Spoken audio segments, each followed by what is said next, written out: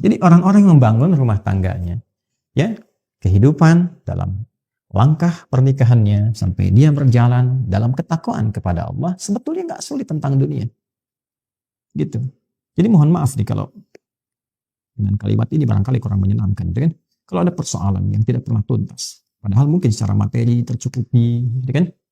Masya Allah, kedudukan tinggi, tapi nggak tuntas nih. Boleh jadi yang dibutuhkan tuh bukan harta, bukan tingginya kedudukan Anda, yang dibutuhkan ketakwaan Anda kepada Allah.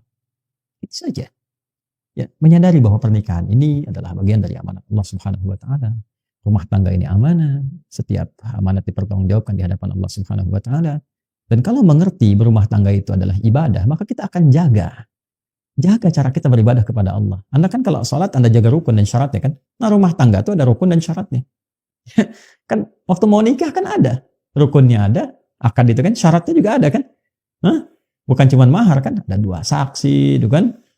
Kemudian juga ijab qabul dan sebagainya. Itu kan terpenuhi. Nah, itu pembukanya.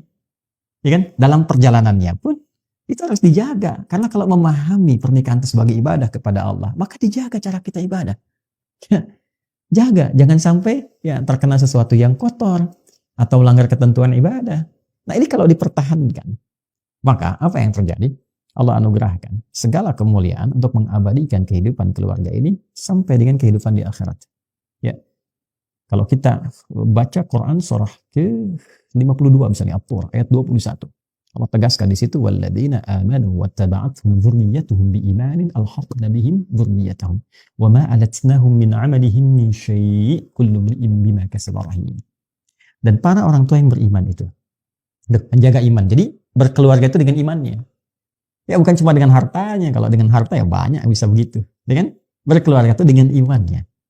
Lalu iman diimplementasikan dalam bentuk amal saleh. Amal saleh suami kepada istri dalam bersikap. Wa'ashiruhunna bil ma'ruf, surah keempat ayat 19. Demikian sebaliknya dengan anak-anak dan sebaliknya. Maka apa yang terjadi?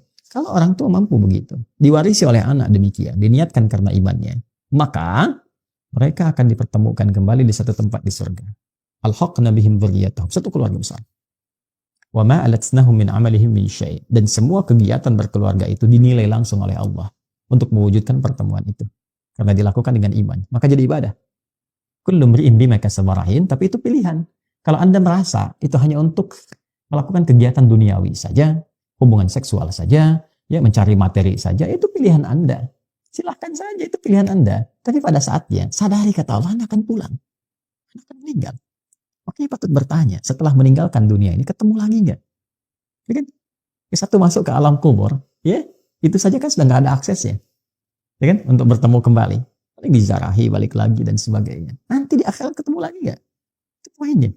Nah, berbahagianya kita, Allah itu Tuhan kita yang Maha Esa. Lengkap menyampaikan dalam Quran. Tidak ada satupun kitab suci di muka bumi ini yang menyampaikan runtutan kehidupan kita secara detil dan lengkap. Dan itu diminta bahkan oleh Allah langsung. Silahkan riset, silahkan pelajari dari kedalamannya, kebahasaannya, ya dari logikanya, dari runtutannya, silahkan. Dan tidak ada satupun yang sempurna Al-Quran, karena ini firman Allah.